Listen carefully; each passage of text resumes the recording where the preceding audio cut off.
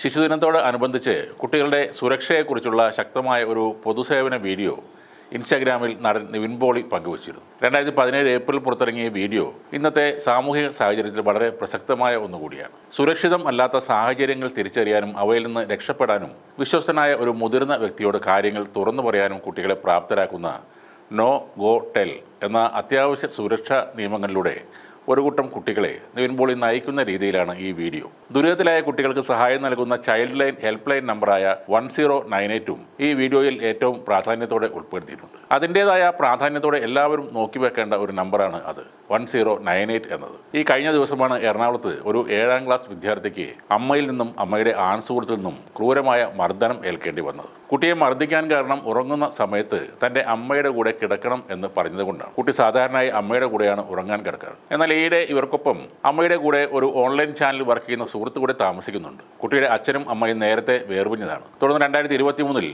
കുട്ടി അമ്മയുടെ ഒപ്പം കഴിയാൻ തീരുമാനിക്കുകയായിരുന്നു. വളരെ സ്നേഹത്തോടെയാണ് ഇവർ നേരത്തെ കഴിഞ്ഞിരുന്നതെന്നും പറയുന്നു. എന്നാൽ ഈ ആൺസുഹൃത്ത് സ്ഥിരമായി ഇവരുടെ വീട്ടിൽ വരാൻ തുടങ്ങിയതോടെയാണ് പ്രശ്നങ്ങളുടെ ആരംഭം. അവിടെ അയാൾ രാത്രികാലങ്ങളിൽ തങ്ങാനും തുടങ്ങി. ഈ കുട്ടിക്ക് അത് ഒട്ടും ഇഷ്ടമായിരുന്നില്ല. പലപ്പോഴും കുട്ടി ഇതിനെ എതിർത്തിരുന്നു. എന്നാൽ കഴിഞ്ഞ ദിവസമാണ് കുട്ടി ഇവരുടെ മുന്നിൽ വെച്ച് ഈ കാര്യം തുറന്നു പറഞ്ഞത്. അതോടെ ഈ ആൺസുഹൃത്ത് കുട്ടിയെ ചീത്ത വിളിക്കാൻ തുടങ്ങി. പിന്നീട് കഴുത്തിന് കുത്തിപ്പിടിച്ച് ബാത്റൂമിലേക്ക് കൊണ്ടുപോയി ചുവരിൽ തലയിടിക്കുകയും ചെയ്തു. ആ സമയത്തെല്ലാം അമ്മ ഇതെല്ലാം കണ്ടിരിക്കുകയായിരുന്നു. ഒരു പ്രതികരണവും ഉണ്ടായില്ല.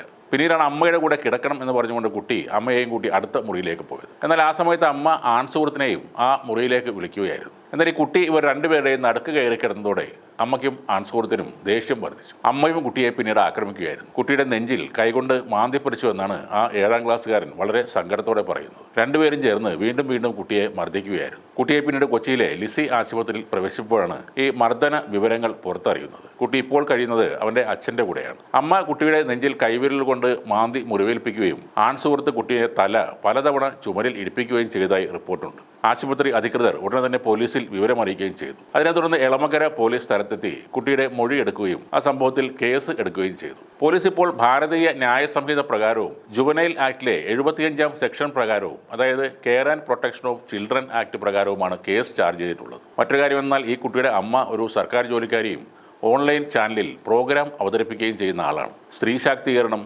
കുട്ടികൾക്കെതിരായ അക്രമങ്ങളിൽ പ്രതിഷേധം ഉയർത്തുക എന്നതൊക്കെ ചെയ്യുന്ന ആ സ്ത്രീ തന്നെയാണ് സ്വന്തം കുഞ്ഞിനെ ഇത്തരത്തിൽ ആക്രമിച്ചിരിക്കുന്നത്.